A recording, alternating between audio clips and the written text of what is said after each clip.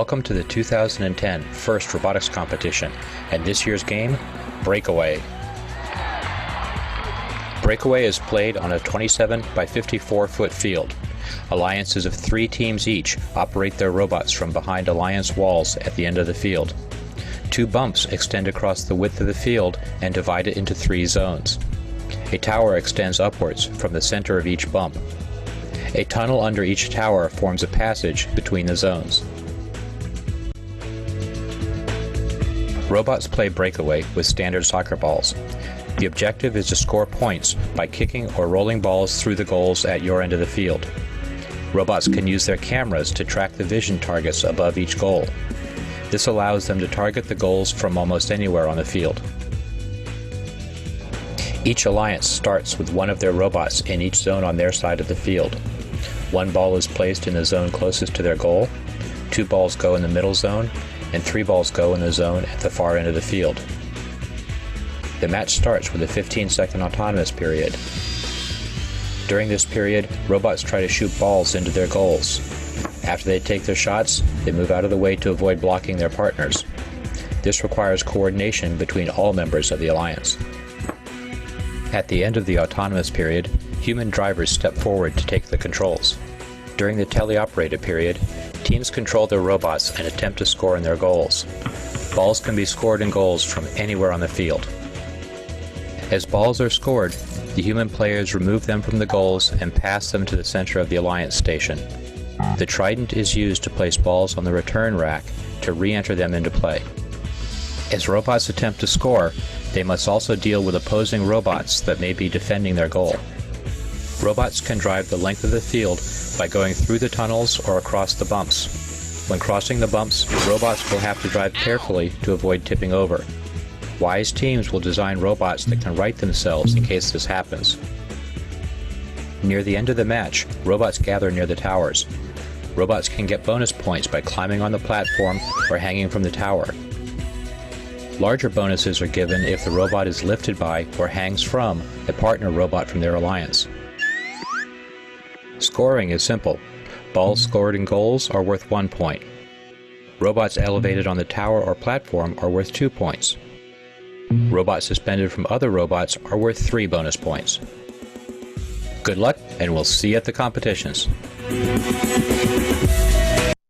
Okay, welcome to another episode of StuyPulse History. This week we're going to focus on the 2010 season. We're going to do things a little bit differently. We're going to have several segments with different guests. First up, my very special guest, Howard Cohen.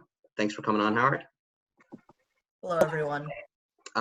So what did you think of Breakaway? It was one of my favorite games, personally. Breakaway was actually my favorite game from first, not just because I participated in it and my team did well, which, side note, a lot of people think I was on StuyPulse as a student. That is not true. I was never a student at Stuyvesant. My team number actually is 25 from Jersey. So a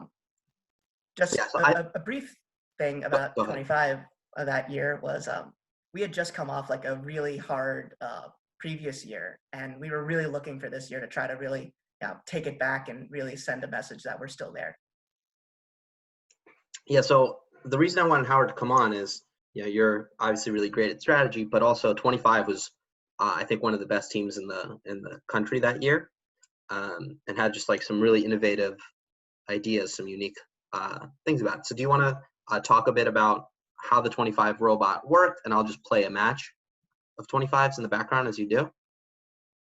Yeah, so the 25 robot really worked because we really took to heart looking at a bunch of different ideas.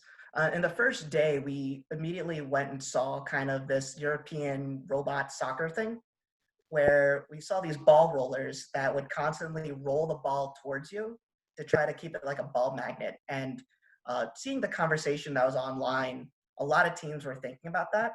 And we actually we were setting ourselves up to do that. However, myself and another team member, we were just fiddling around in the back shop, trying, stupid things and silly ideas and see if they would work. And eventually we started to realize that we might have an idea that did work really well. And we just took these CPU fans that were just sitting around the back and an old giant pretzel jar, and we cut a hole in the bottom of it so that it had an opening. And then we put the fans and we kind of just taped it to the end of it. And we powered them up with a robot battery. And we just wanted to see, what if we could blow or suck the ball to us? And we tried it, and we immediately realized when we held it to the side, kind of just on the ground, we could be about half a foot away and it would blow towards us. And then we're like, well, what about an extreme? What if we hold it directly over it? And when we held it over it, we could be 2 inches away from the ball, and the ball actually would suck into the jar. And we were just like, wait a minute, this idea, it sounds crazy, but it actually works. Yeah, so the thing about this game is the ball was, I believe, 10 inches in diameter, but there was a rule you can only take the ball in 3 inches. And this was kind of a really innovative solution to that problem. Yeah, the rules were really painfully written, and in my opinion, a lot of teams were just not following it. So they had this thing of you could not extend outside your robot. There's like a refrigerator bot. You can't go outside the bumpers. And you could extend out into the bumper zone for like a second or two, and then you had to come back. And the idea was like you could kick the ball, but you couldn't go that far. And it was really hard, trying to think of something that could also retract. So if I could share my screen now. Mm-hmm. Go ahead. Share screen. So any great conversation about a game always starts with looking at the field. That's just a side note. So here's a picture of the robot if people have never seen it before. But what I really wanted to show was this. This is a cam, and we used it in a very interesting way. So in the center here is our kicker. It has this gear here, and it has a little notch on it that holds this kicker mechanism. And it was held in tension via surgical tubing. And what we did was we would activate it by turning this gear, and it would actuate. It would pull back on the surgical tubing, and it would pull our kicker in. And then just as kind of like the cam goes, it would rotate around, release, and push it forward. And this was so reliable, it gave us, consistent kicking to wherever we wanted. And I also remember us not having enough space to actually practice. So what we did was we kind of tried to mimic where we think the ball should go, and kind of did a little bit of projectile motion and some physics with Hooke's law. And we put a paper plate on the wall, and that was our target. If we hit the paper plate, the ball went in. Nice. Yeah, the cam mechanism is really great for a lot of different FRC mechanisms, and especially this year, 2010, there were a lot of them. We even used it on our robot on 694. It's just a really great way to get a consistent shot, because you pull back to a consistent spot and you release and it stops at a consistent spot. So theoretically, it should be the same amount of force each time. Yeah, it was very predictable because you could just get surgical tubing from the store, and it's pretty much a standard part. And you know how far you're going, you know how much it's going to spring back. So it was a very simple, somewhat physics problem. Yep. Okay, so if you could snap the screen back to me, stop sharing for a second, Howard. So, because I want to talk a little bit about the unique ranking system for this game. I'm going to show 25 starts doing something in this match that is really interesting. And then, Howard, I'd like you to explain what you think 25 is doing, why they're doing this. So they're up 4-0 right now. They're doing great. Oops. They're really pulling ahead. They're up by a lot. They're clearly going to win the match. So around here, we're thinking about the ranking. And I actually remember sitting at the school reading the manual, thinking, "Oh, first they're not gonna change the 20. It keeps the same every year." And then I found out from one of my teammates, "No, Howard, you really need to read this." And I read it. And I'm like, "Oh my God, this game is completely different." Right now, 25 is scoring on Blue's goal and 148 scoring on Red's goal. So I know today we kind of have this ranking based upon how many objectives, things that you do. So like, let's say I score autonomous and then I score endgame, it counts separately. But in this year's game, what they were trying to do was to seed teams based upon how close the matches were. So if, let's say I scored 9 points and then you scored 2 points, well, that game isn't very close. I might win and I might seed higher. But if I had a match where I got 9 points and you got 8 points, well, I would seed even higher. And the way it would work, and I'm just going to read this, is teams will be seeded in decreasing order by their score. Any teams having identical score will have their decrease run by the cumulative cooperation bonuses. And the way the cooperation bonuses were is you got your opponent's score, and it was the unpenalized score. So there was also a strategy. Well, I think it was just slightly different than that. So there was no wins and losses. So it wasn't there were no wins and losses. No wins and losses at all. And basically your ranking score was your score. If you won, your score plus double your opponent's score if you won, pre-penalty. No. So all teams, hold on, maybe I'm just reading this wrong. All teams on the winning alliance will receive a number of seeding points equal to the penalized score. The score sets without any penalties of the winning alliance plus 5 points for winning the match. Okay. You sure? And then the cooperation bonus, because there are 2 things here. All teams on the winning alliance will receive a cooperation bonus, a number of seeding points equal to twice the unpenalized score of the losing alliance. Right. So basically, if you lost, you just got your opponent's score. If you won, it was your score plus double your opponent's score plus 5. I don't remember that plus 5, but you sure about that? So the plus 5 actually came in after week 1, where they started to realize there's a strategy of if the opposing alliance committed a foul, you would get points, and it was the unpenalized score. So there was a strategy of if they committed a penalty, just stop, you're done. You don't need to do anything. So basically, it was better to lose 13-0 than to lose 9-4. Yeah. So if a team knew they were going to lose, they would just score on themselves. Or if a team knew they were going to win, they would start scoring on themselves to rack up points for their opponent, which is why 25 and 148 are scoring on opposite goals. 148 from the beginning was scoring on themselves. You can see them on the red side of the field. And then 25, when they realized they were going to win, just started scoring on blue side. We walked into this thinking that this might happen, but that we were just going to play the game. And then about 60, 80 seconds in, all right, we need to fix this. Mm-hmm. And it's actually because of this, I think we didn't actually seed. So that being said, this change happened after week 1. So when people were doing OPR, they actually had to re-rank week 1, including it. And I just remember that year we were undefeated -1 match. We're actually going to watch that match later. Okay, so let's talk about dogma penalties.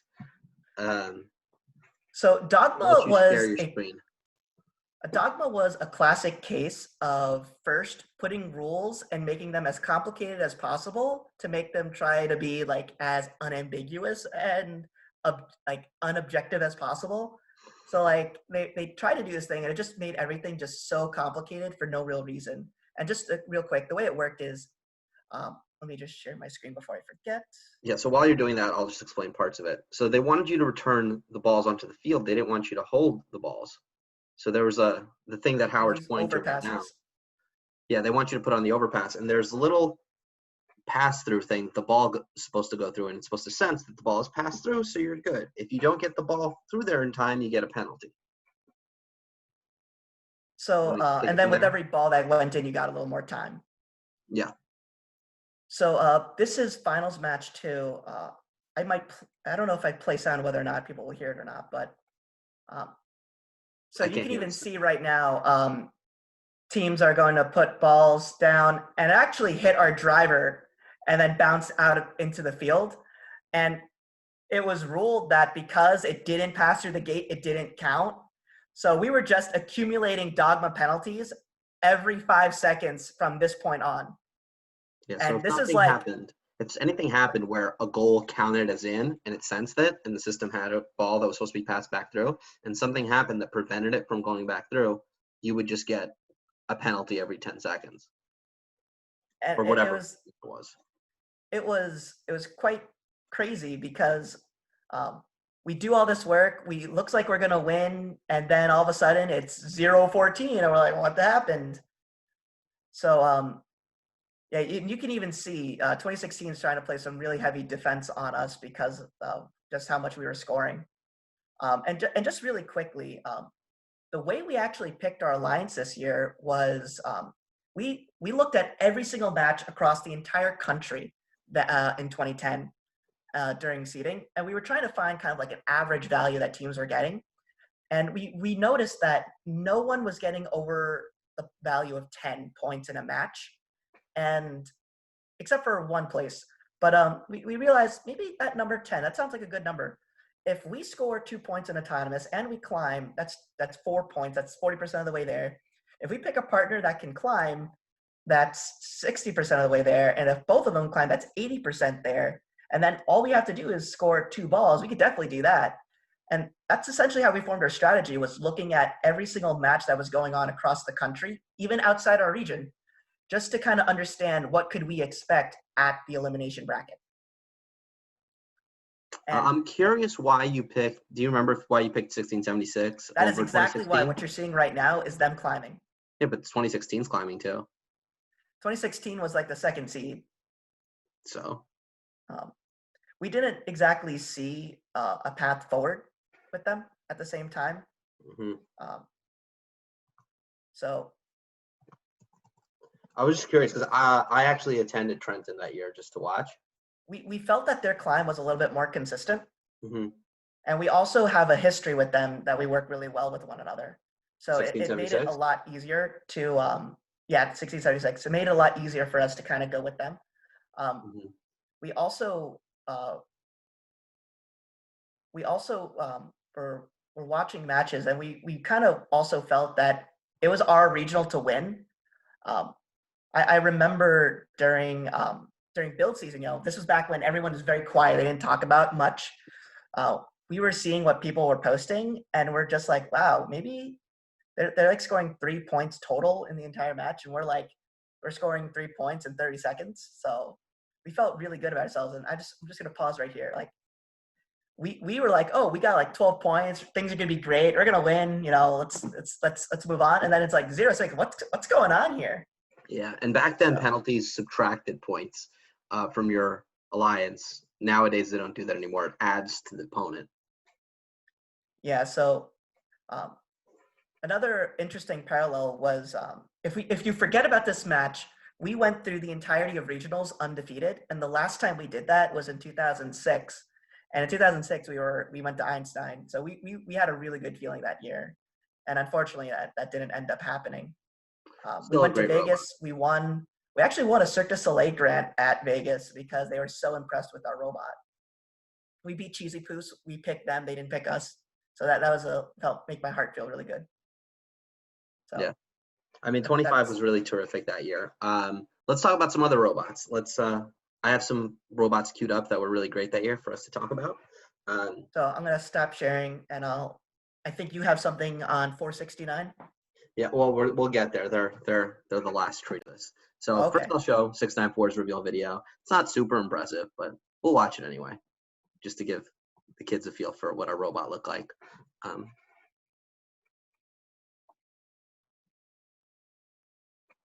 You can see kind of the cam in there.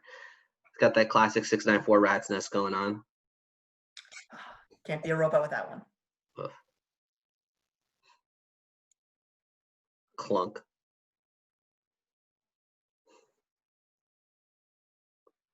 It was actually the first year we ever had CV working.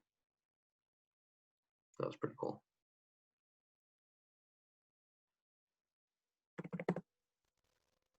And we just used a roller as opposed to a vacuum. And I really think, the vacuum was really great, but there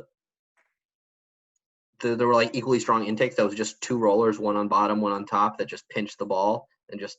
Yep. The ball magnet, as I was mentioning before. Yeah. It just squeezed the hell out of the ball. Yeah, there was a rule that while you were possessing the ball, it always had to be making contact with the floor. Right. And also had to be able to roll. So it was really funky rules, and kind of at some point they just decided they were gonna be okay with it. Yeah. Not rolling. There were teams that were sucking the ball and it wasn't like free rolling, and there were people who were picking up the ball. I'd say like most of like 67, 100% did not have the ball rolling on the ground, 100%. But they weren't. That's why we loved our solution. It was so elegant. Yeah, it was a great solution. Okay, next robot.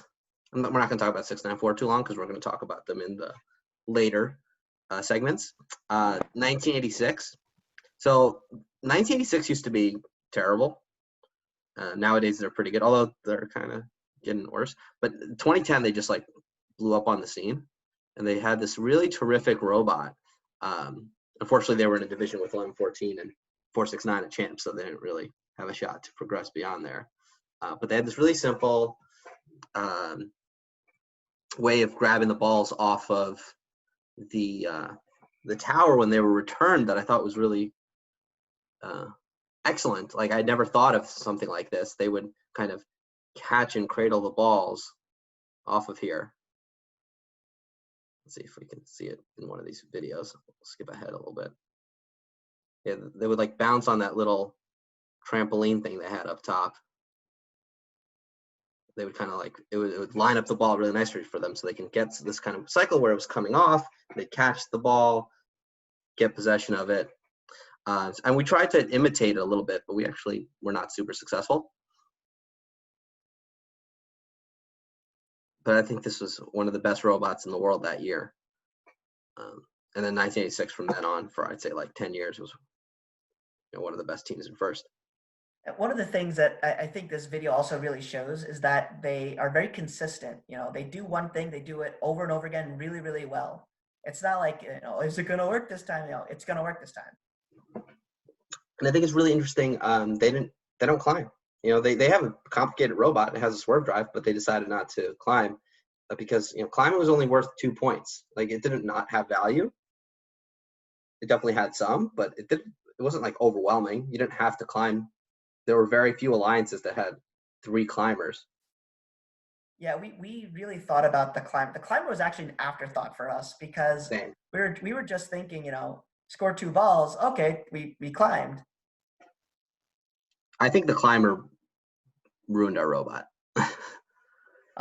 Because we raised the center of gravity by so much. And then there was this thing about like a suspended robot, like a robot climbed on top of another robot that no one did. And I'm like, this is not for me. I do not want a robot jumping into my machine and ripping out my electronics. Thank you. Yeah. I think the only team that tried to do that was the Engineers. They had their climber made like a new tower behind it.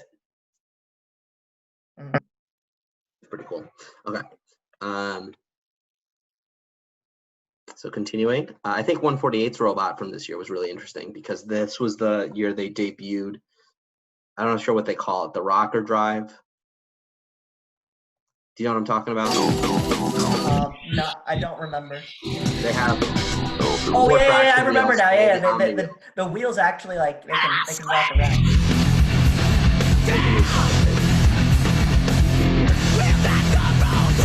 On the outside, it's traction wheels, and on the inside, it's Omni wheels, and they have an Omni wheel in the middle that goes opposite to drop down. So they basically switch from 4 traction wheels to an H drive. On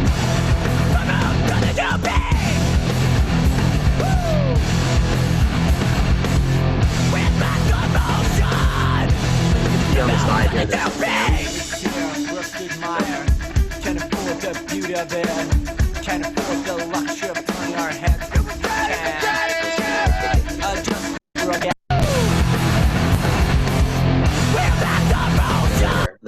That's a cam. That's what Howard was describing. It rotates and it snaps. Yeah,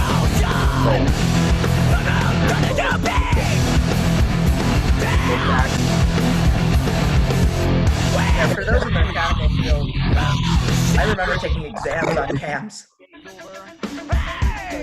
mean, they're great. They're super useful. Can't pay the cost. How can we expect anyone to listen? Using the same old voice.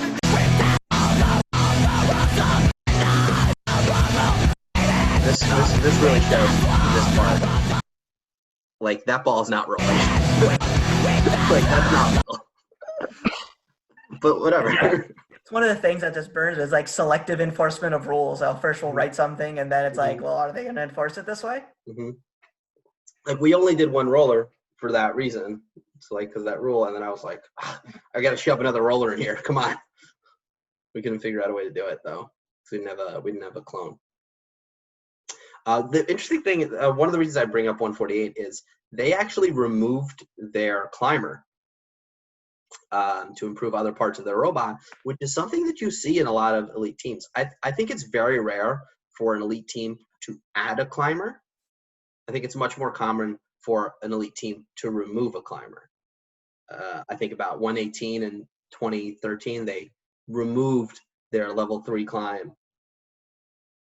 You know, it's funny you mention that because I also remember like handfuls of stories of teams coming to me. It's like, yeah, we got rid of this because it just wasn't working. And then we just focused on this and it works a lot better now. Yeah. And everything, you know, in life is an opportunity cost. It's a trade-off. They're trading, you know, we'll call it 5 pounds for this thing to make something else better, because ultimately some of your restrictions are size and weight.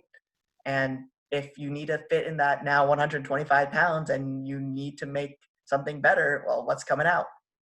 Yeah. I think that's generally the way you should go. You shouldn't think, oh, I'll add that thing later. It should be, we need to take this thing away. The only exception is if there's like a really simple design out there that's just like does the thing. It's like, all right, let's just add that to the robot. Let's do it. Yeah, perfection's not when there's nothing left to add. It's when there's nothing left to take away. Right. Agreed. Okay. Another really terrific robot. Unfortunately, this team doesn't exist anymore. But I'm gonna actually talk about them in a later segment as well, which is why I wanted to. 1717. They had this awesome swerve, but I really wanted to show their climber. So I'm gonna fast forward a bit. They did this really clever thing. Let's see if we can see it in here. They utilized the platform. One of the few teams I saw utilize the platform. So they would clip in here, and it looks like they're just floating up. And I was like looking at it like, how are they doing that? Is there a roller in here, or that they're rolling up this pipe? How is this happening? And then I saw it in person. There's actually a gas spring right here. Can you see my cursor, Howard? Yep. Yeah, you can see the gas spring. Right along the pole. Yep, it just goes right on the platform and picks them up. So they just release it. And the really clever thing about that is they can actually hang after the buzzer. As long as they release that, whatever releases the gas spring, as long as they release the gas spring before the buzzer, they can climb after the buzzer. So I thought this was like a really clever idea. I never thought about using the platform. I never thought about using springs in order to climb. But this is really simple. Like all they do is swing out and release a gas spring. They don't need a winch. They don't need a piston. It's just up. And that's what I think is so important about not just thinking about a game yourself, but also thinking it with people. Because everybody, when they see that, you know, platform or they see that tower, you know, they're saying, oh, how do I grab onto that top rung and climb up? And, you know, we had people say, why are we going up there? If the rule just says we have to be above the platform, why not just be on the platform or use the platform to our advantage? Yeah, so, we tried to do something with those side rungs, but we really had a lot of trouble figuring out a good design for it. We just couldn't wrap our head around it. And, you know, for us, it's just like, get a hook up there. We know how to do that. We can figure it out. So if people want to watch this kind of on their own, they can see the 25 bot. It wraps onto the rung and then uses the platform as kind of like a touch point and then wheels itself up with a winch. And I remember we had to make that with only like 8 pounds. And we're like sweating, like, how can we do this? How can we do this? And it was really when we broke it down into a very simple design or a very simple challenge that we were able to kind of come up with a solution. And it's really just a couple pieces of sheet metal, a winch, and steel cord. Yeah, that worked really well. I'm impressed. I'm really impressed that you got it under 8 pounds. I think there's one more moving part in there than there needs to be. There's a couple of things that if we were to do it again to make it better. Yeah. I remember it broke at championships, and I'm like, well, this is going to be a long time to fix this. Yeah. You always have to design with those crazy champs matches in mind. I think this shows two really creative designs. I don't know about creative. 2056 is definitely creative. This is actually, I think, the only time in the season that there was a triple climb. But the two I want to point out is 2056. I think it really applies to the 2020 season.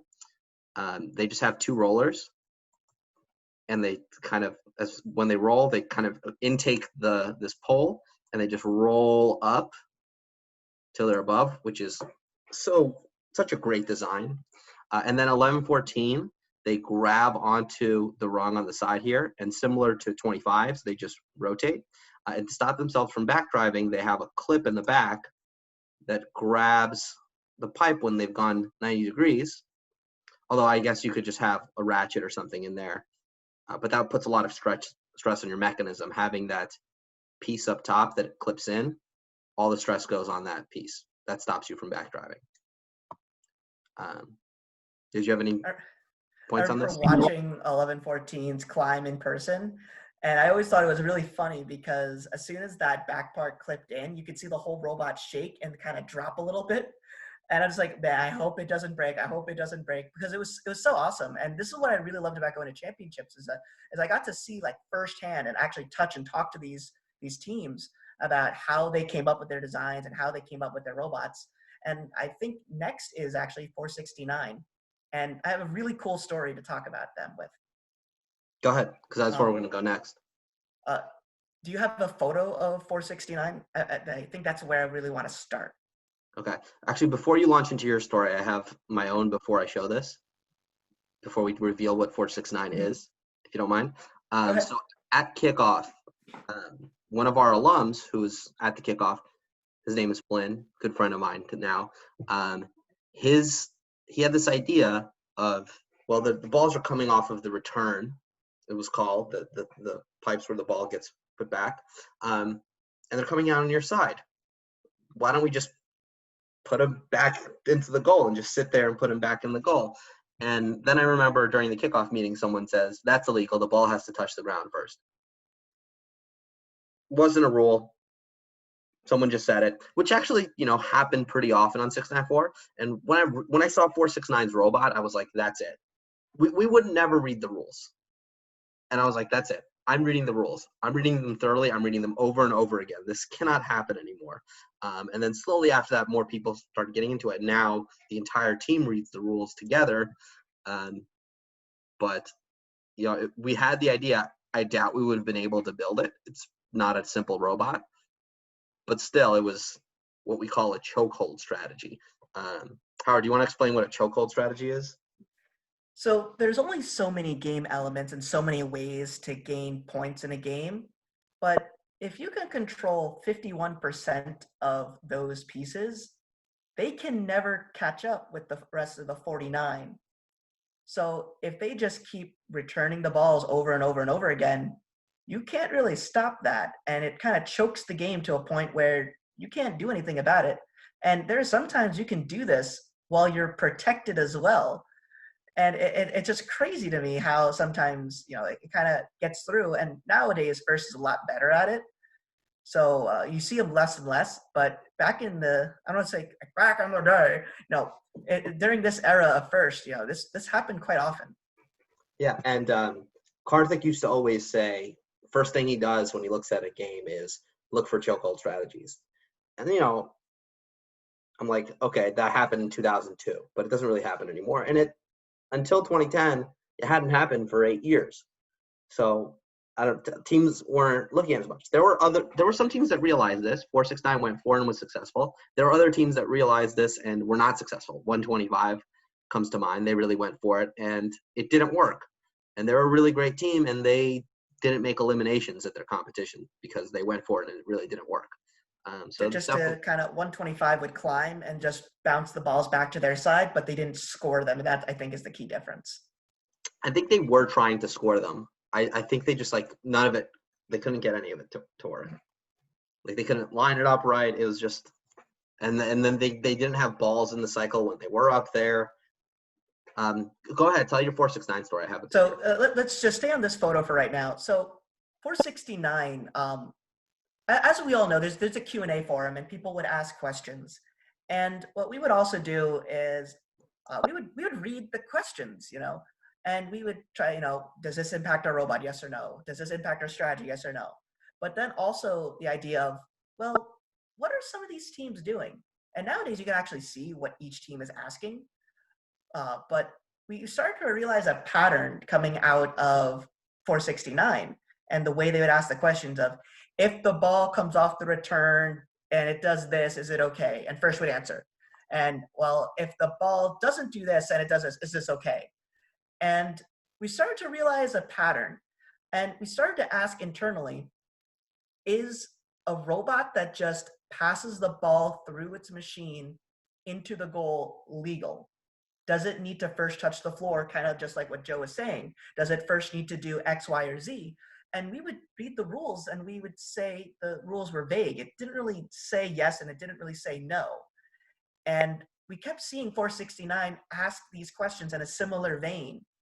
And we started to come to a conclusion that we think this is what they were doing.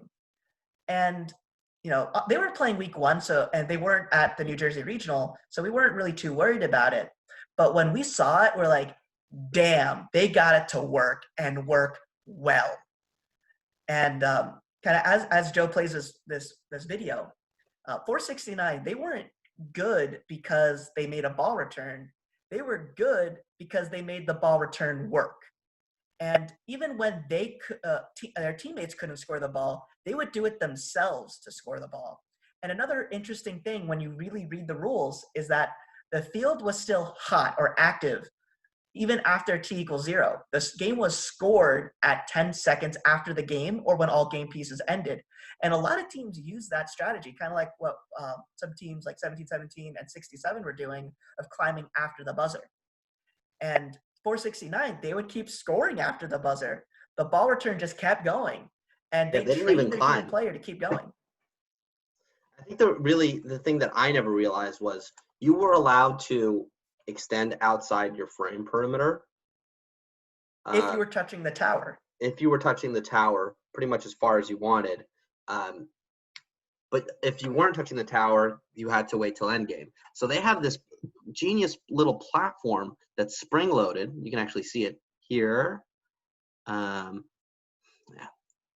I have it in a later video, but here it is. So they have this platform, the one that says 469 on it, that's spring-loaded, so that they would hit against the tower and the tower platform would lower it, so they were always in contact and legal. Really, really clever. And I think that would release their whole thing, but I'm not sure about that.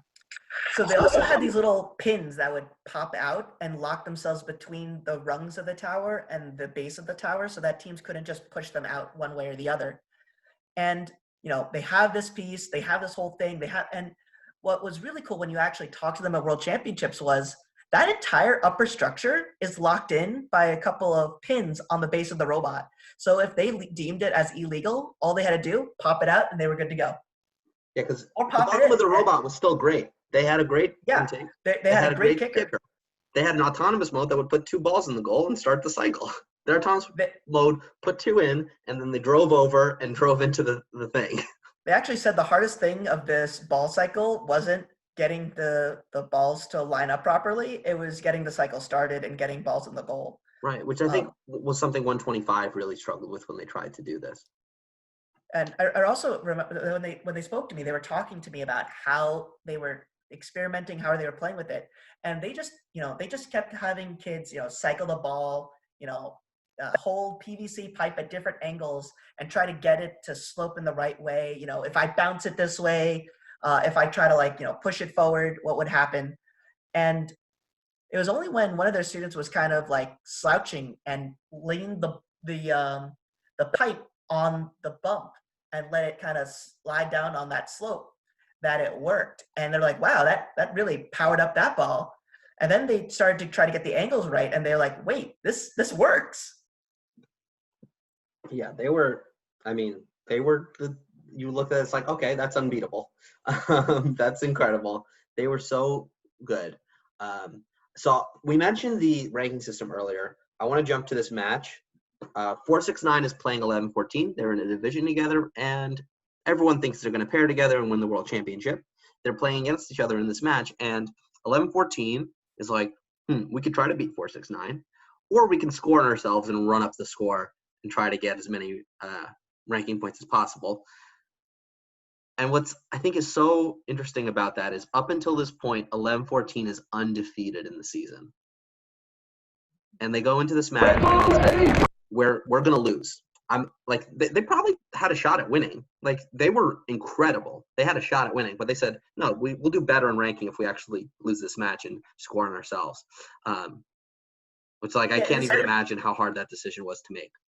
So if you look at the decision tree, it's actually a little bit simpler once you break it down. So we have this idea of we play normal, we win, we guarantee ourselves in first.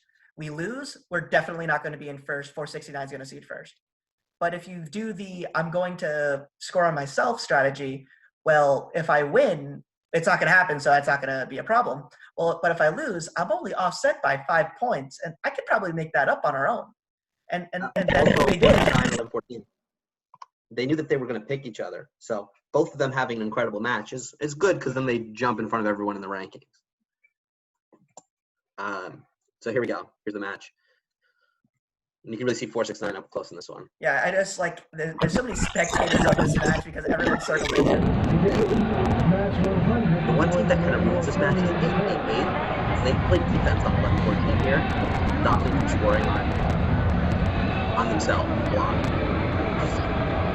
Boggles the mind by ref line. 469, they spring forward, they put in their two. They shoot their two. And then you see them, this is all in autonomous. The drive over makes it really hard to defend because they're kind of already there before Eliav starts. And they really slide in more early. Lock in, really yeah! They lock in, they extend out, and then it's just great try. Third ball into either direction. Oh my God!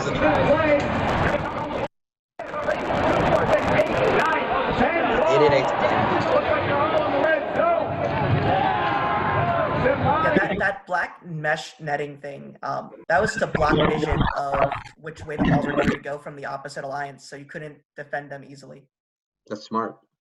So now 11-14 is in the middle of the field, and they're just making sure every single ball on the field is in that red zone. Which is like...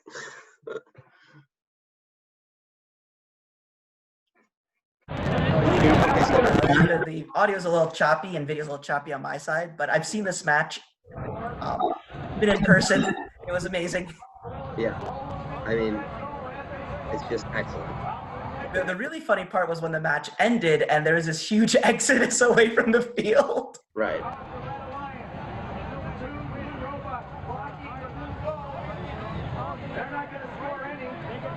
Right. And this another is interesting perfect maneuver part, by 11-14. Another interesting part is kind of that 11-14, they don't even want to climb. It's like, I don't want to get any points. Yeah, there's no point. Even though they have a perfectly easy opportunity to do it. They're even telling their partners, don't. Actually, that was the other thing. They told their partners to plug up their goals so that they couldn't score on them. So the score would be 0. Which, credit to both them and their alliance that they agreed upon a strategy, even though this is kind of off meta, they agreed upon a strategy and they all executed it. Right. The only one who was against this is 888. Like, what are they doing?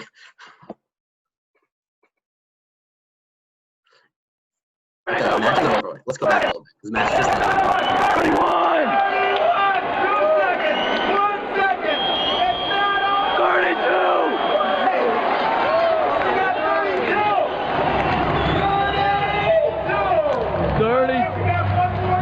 And you can see the referees, their hands are up because they're showing that the field is still active. Don't go in the field. Yeah, because you had like 10 seconds, I believe it was, after the match was over. So that was so awesome. Great robot. Great strategy by 11-14. I'm curious if nowadays this would be considered collusion in some way, if anyone would have an issue with it. I'm sure Chief Delphi would have a problem. Okay, so let's talk about Einstein. 11-14 and 469 pair up. They sweep through their division, and they go to Einstein. They make it to finals where they face 67, 177, and 294. And 67 has just spent pretty much their entire season being beat up on by 469, because 469 is Michigan, 67 is Michigan, and no matter how good 67 is, they just like 469 is just better. And this is in districts too, so they were playing multiple times before this. Right. So like I want to take a look at this. Well, I'm going to stop sharing my screen for a second so we don't get spoilers on the results. So I was there.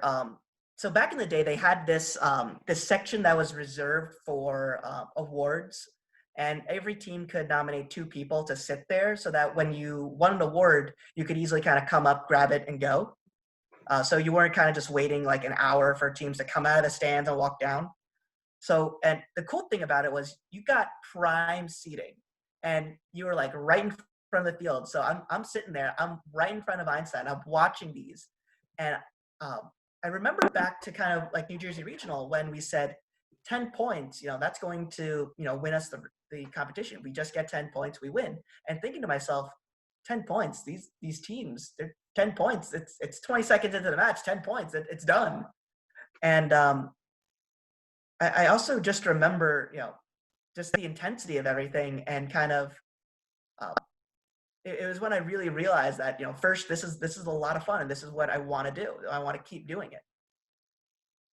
Yeah. So before champs, this is the Michigan State Championship Finals. And you can see here just like how close it was. Tied the first match. 469 wins the second match. 67 with 217 was also really awesome that year. Same robot as 148. They were clones that year. And then 469 pulls it out in the end. They just had great matches, and now they're meeting on Einstein. So I'm gonna stop sharing and then full screen the match and then continue sharing. Here we go. Okay, I'm gonna have to show finals match 1 from 2 perspectives. Okay.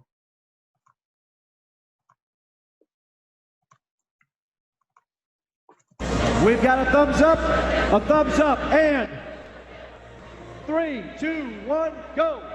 Welcome to the finals of the Georgia Dome, Atlanta, Georgia, the Super Bowl of Smarts. First robotics competition, the championship underway. Autonomous period, 15 seconds of pre-programmed power. Teams trying to score those goals, and they come out tied at the end of 15 seconds. Stepping forward to take the controls. Red Alliance at midfield. Blue Alliance in front of their driver's station. In the tunnel, Las Gorillas, they're there, hunkered down, and they are redirecting. Well, I actually think there's a better view of this. I think this one will be better.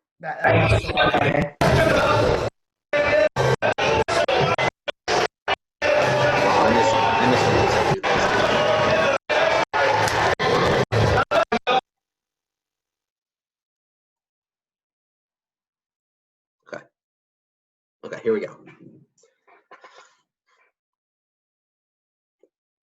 So like once 469 gets set, I think it's over. I think 90% of people think it's pretty much over.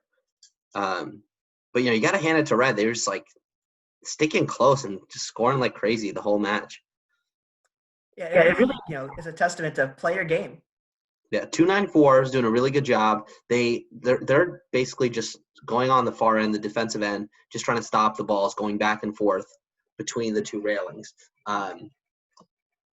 The rule that year was you're only allowed to have 1 defender, so it's not like they could have 2 teams to plug up the goals. So they just were just back there trying to play defense. They were either the captain or the first pick of this line, so it tells you kind of how important this role is that they put their best or second best team on this task, and they put their second pick on offense.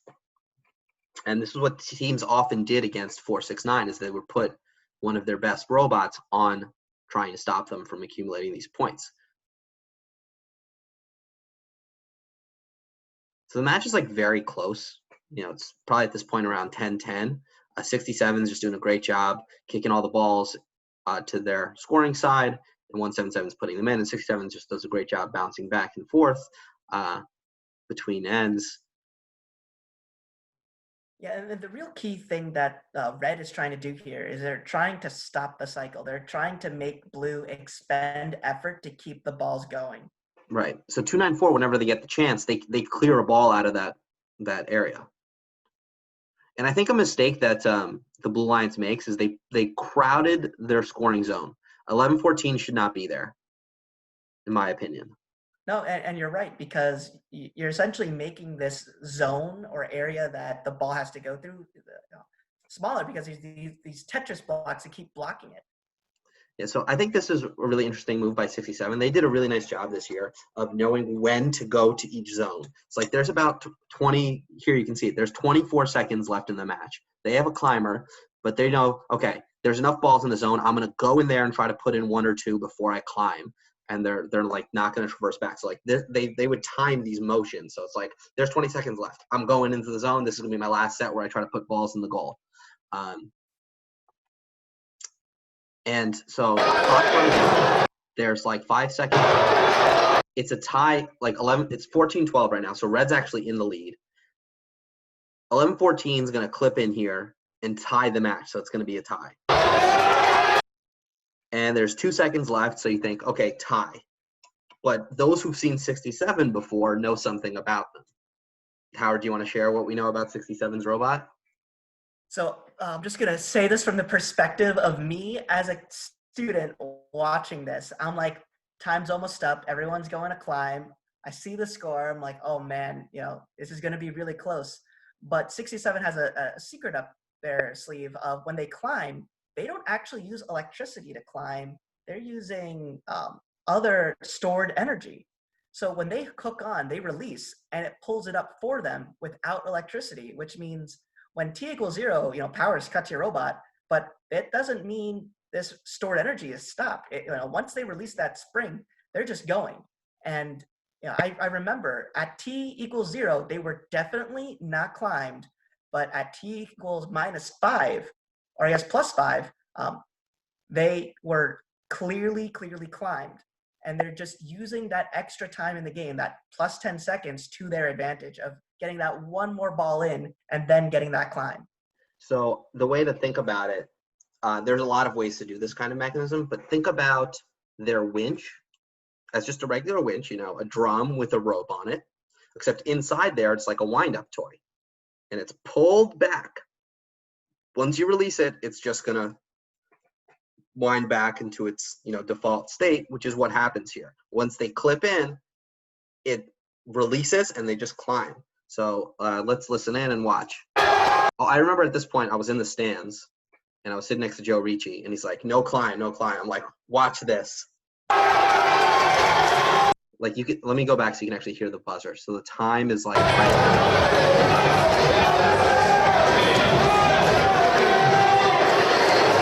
there's 3 seconds on the clock. Look where they are. There's 3 seconds on the clock. 5 seconds. My bad. That's the buzzer. I wish it was here. They're up. And that won them the match. That little pit won them the match. I remember just going absolutely crazy. I'm going to go back to semifinals because you can actually see it. Did you say you could see it in semifinals too, Howard? Let me see here. I'm in semifinal match 1. Okay.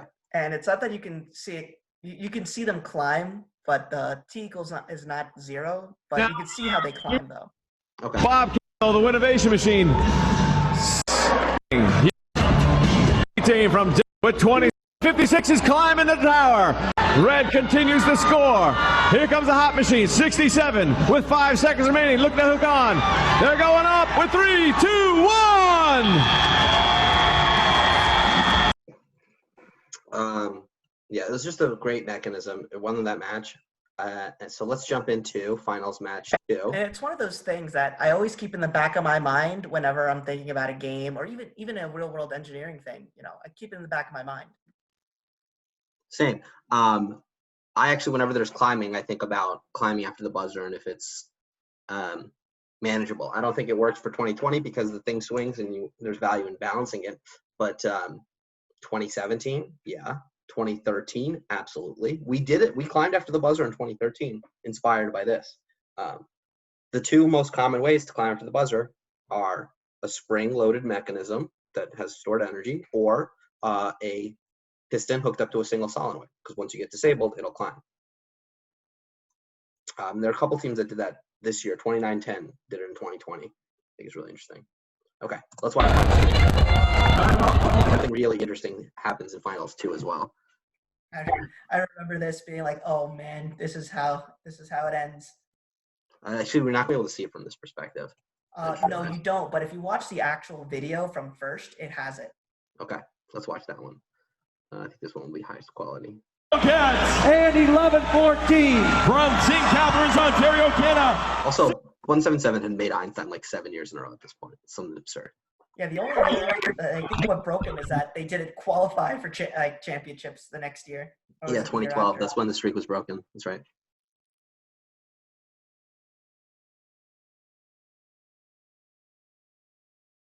So, look what happened here. 2041 in Auton gets stuck in the blue goal. Now, you're allowed to have only one defender, but it sure helps if one of the opposing robots gets stuck in one of the goals. And there are two goals. There are two goals. 294 does the best thing. Granted, it takes them a second to realize it. They put themselves into the other blue goal. And now blue has nowhere to score. There's nothing they can do. And 11-14 realizes there's not really much they can do to get them out of there. So now they're thinking, all right, what can we do? What can we do? And a lot of us talk about what kind of wheels you can have on a robot. And it was a known thing at the time that if you had Omni wheels and you got pushed or you drove into the goal, you could not get out of the goal because the wheels would just spin and not give you any traction. Yeah. So well, 2041's problem wasn't Omni wheels. It was they turned themselves in a way that they the turned wheels sideways. had, like one side of the robot has literally fallen into the goal.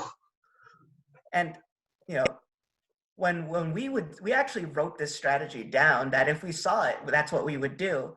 And this is real kudos to the team, like on the field, realizing it, noticing, and then taking action. And you don't always see teams do this. They see something happen on the field to try to take advantage of it. They just ignore it. But this one, they did. Yeah, and it just shows you it's important to kind of make mental notes of these things. Yeah, maybe 95% of the time they won't come up. But that 5% could win you a regional, an off-season event, a championship. Like you don't know. So it's good to keep those things in the back of your mind. I think especially if you're on drive team. So like I obsess over these little details. Eventually though, 2041 does get out of the goal. 11-14 is able to help them out. But already red is up by 2 from that. It wasn't, it could have been worse. 11-14 I think handled it really nicely. But, it definitely put them behind when they could have jumped ahead by a lot. Before championships, the divisions are coming out and people are seeing 11-14, 469 on one division. And they're like, oh yeah, they're going to win. That's it. And then this is kind of like theory versus practice. In theory, they'll win, but in practice, things don't always go the way you expect. Yeah, and watch what 2041 does here. It's just like, it's such cringe. It's like, oh god. Yeah, I remember this. Like they're screwing up their own cycling. Yeah, they've panicked. 67 tries to get the out of to the buzzer climb, and they would have gotten it, but they're caught up on 177. But they end up winning the match by 3 points because they execute the climb, and 2041 blocks those goals. I think really good job by the Red Alliance. Blue definitely was really strong. 469, I think one of the best robots in first history. But you just can't just do it alone. It takes an alliance, especially to win a championship. Anything else you want to add about this game, Howard? This was one of my favorite games because of kind of how simple it was to explain to someone. Shoot a ball, score. 1 point, climb, 2 points. Very simple. But when you look at the game manual, it sometimes it's deceiving. You had this, you can't go outside. You have the ball has to be rolling. When you really dig into the manual, you start to see the complexity, and then there's dogma, and it's a lot of information to hold. And I just remember that the rest of my time on the team, I was dedicated to just making sure the manual, we read it and we were compliant, because we got to competition. And nowadays, if you have bumpers and you have like nuts and bolts from your frame extruding out, you're fine. They allow for that. But that year, your bumper had to be on the exterior side. So when we got to competition, that was an issue. We had bolts coming out. So we found like the lightest aluminum hexagon to put on the sides, just to give us like that extra quarter, half inch to put on our robot. And I'm just thinking to myself, oh my God. And I also remember we built the bumpers several times, but when I did it, we did it once. And for the rest of I would always be building the bumpers for the team, because when I did it, we only built them once. Yeah. I think this game really taught me a lot about just, you need to read the rules. You need to understand the game before you start figuring out how to play it, which was definitely a mistake we'd made year over year over year, but we were getting away with it sometimes. And this year there was just like so much nuance in the game and very important things that we didn't realize as a team. And, from that point forward, I really started to look at the rules a lot more closely and think about not just strategy and matches, but kind of like the game. What's the max number of points? What are all the ways you can score points? These little details that every team, I think, not every team, a lot of teams look at today, but back then, very few teams looked at. It was Karthik standing on a soapbox screaming, "You need to do these things, you need to do these things," and no one really listening. But nowadays, everyone, I feel like most teams are making priority lists or analyzing these things. And I think for us, this was a big eye opener. There's definitely been a jump in the average team level from when we were students to now. And you could also see this somewhat reflected in kind of on average, what can you expect a team to do? Well, back then it's like, well, can they drive? Can they get on the field? Are they going to have autonomous? And now there are all these incentives to have autonomous. Drive straight, get 5 points. Why am I not going to do that? Obviously it has its effect. We have over 95% of teams getting those free points in autonomous. Yeah, that definitely wasn't the case 10 years ago. Yeah, back in the day, if you had an autonomous, that was a thing to have autonomous. Yeah. If you had sensors, that was a thing. Yeah. So one of the things that I want to mention before we sign off is I think this game really lended itself to, you can make a very simple robot that's incredibly effective. A robot with a roller and mechanism wheels as a drivetrain was great at this game. Like if I were to make an every bot for this game, shockingly it would have mechanism wheels, and it would just have a roller. That's it. And maybe like a piston pusher thing, and you could just stay in that front zone and put a lot of balls in. And I think there's no game in my memory that a box could be as good at. One of my real takeaways from this game was that, even though the team might be sold on an idea, playing around and realizing, hey, this idea is a lot better and a lot really good. You can try and sell it. And then when the team realizes, hey, this idea is better, the whole thing changes to like following this idea. Because, we started with the CPU fans, we used this jar, and then we went to what pushes air really well for our size and for our weight. And another member said, what about RC airplanes? They have to push air in order to fly on their own. They have to be light. And then we ordered a bunch of different RC airplane propellers to see what we could make work. I mean, that was awesome. Okay, thanks for coming on, Howard. I really appreciate it. Please, students, ask Howard your questions. He knows lots of stuff, more than he lets on. Thanks, Howard. No problem. See you guys.